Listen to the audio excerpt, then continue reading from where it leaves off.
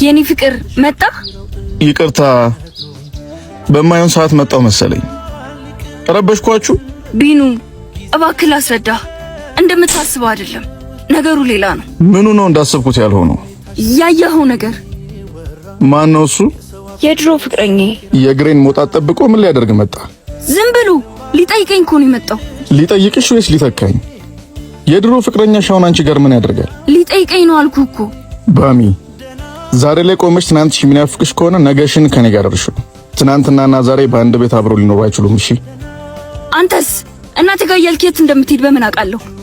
ምናልባት አንተም ቢገባሽና ብትረጁ ኑሮ ካላባት ከሚያርጉ ወንዶች ጀርባ አንድ ደምሴስ ቆመች አንድ ሴት አለች። ስሟም እናት የምትባል በእንዳንቺ አይነት ሴት የምትጠራ አይደለችም። እሺ እናማ የሄድኩበት ምክንያት ያወቅሽ ስትሽን ለመደበቅ የእናቴን ስም እንደመከላከያ ተጠቀሚበትም ነበር። ትልቅ ነሽ፣ እንደ ህፃን አታስቢ። ህፃን ነሽ እያልከኝ ነው?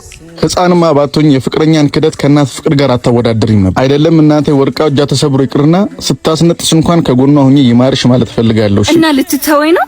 ልትሄድ? አዎ አንቺ ነኝ እዚህ ለመግፋት ስትሞክሪ እዛ ተዘርግቶ የሚጠብቅ የእናት እጅ እንዳለኝ አትርሽ። ስለ ሁሉም ነገር ደግሞ ይቅርታ። ለምን ሆኖ ይቅርታ የምትጠይቀኝ? ሳትፈልግኝ ፍቅረኛዬ ናት ብዬ አብሬ ስለኖርኩ ይቅርታ። ስትገፊኝ አልፈልግም ማለትሽ መሆኑን ሳልረዳሽ ስለቀረው ይቅርታ።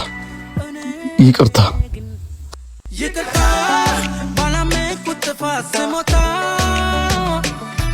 ይቅርታ ልክ ያለው በላክሽው ትዝታ። እሱ ምንም አልፈርድም፣ ጥፋተኛ እሷ ናት። ምንም አልፈርድበትም። እሱም ትክክለኛ ውሳኔ ወሰነው። ይመቻችሁ። ላይክ ሼር ማድረግ እንዳትረሱ።